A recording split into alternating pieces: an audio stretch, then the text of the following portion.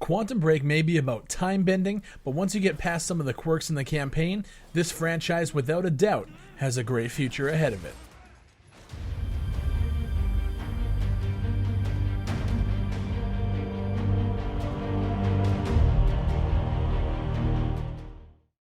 Quantum Break puts you in the shoes of Jack Joyce. Jack becomes involved in a time travel experiment gone horribly wrong. He goes on to see his brother killed via library explosion, and he proceeds on a journey through time to not only save his brother, but the entire world. The cast of characters in this game is amazing, and seeing Aidan Gillen on screen as the antagonist is really a sight to see. With a total of 5 acts, this game clocked in at just over 8 hours for me.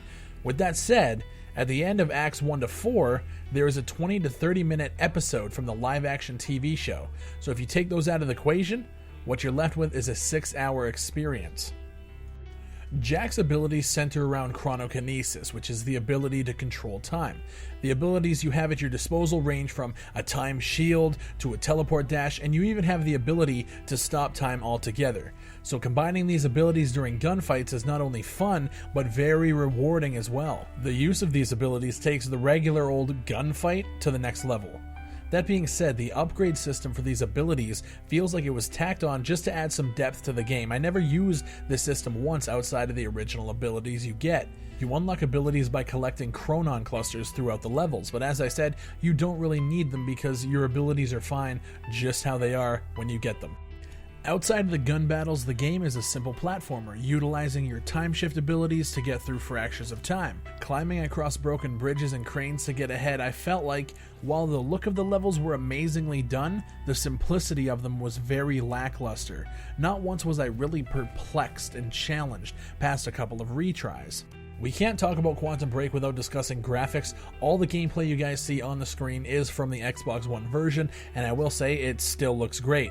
Not as good as they showed during E3 and Gamescom, which I'm sure was now the PC version. The game still looks good, and it still looks wonderful on consoles. Now let's shift back to the story. My biggest gripe with the campaign was the use of the live-action cutscenes. What this did for me was break the immersion when swapping from game to live-action and back. The episodes are great on their own, but I feel like putting them in as a necessary way to drive the plot was not the right move. Combine this with the fact that the surrounding game, including its own in-game cutscenes, is only a 6-hour experience, I'm left wondering where the rest of the game is and why they opted to go this route. It felt like filler, even though when you watch the episodes, they're good. I just wanted to play a game. If I wanted to watch a Netflix original series, I would go to Netflix and I would watch it. What we are left with is a great 6-hour experience that opened up the franchise to a lot of gamers. The choice to go with live-action cutscenes was a definite turnoff, and without multiplayer, co-op, or anything else to really add to the purchase, I'm left with the decision as to whether the game is worth the price of admission. And I'm sad to say that it isn't. A great experience, but only for what feels like a split second. A 3 out of 5. If you guys are looking to pick this up, just try and get it on a discount. Don't spend full price on it. It is a good experience. You guys are going to enjoy it, especially if you're like me and you like the aspect of time travel and manipulation and stuff. You're gonna love it. But it's just there's just not enough there to warrant that $60, $70, $80 price tag.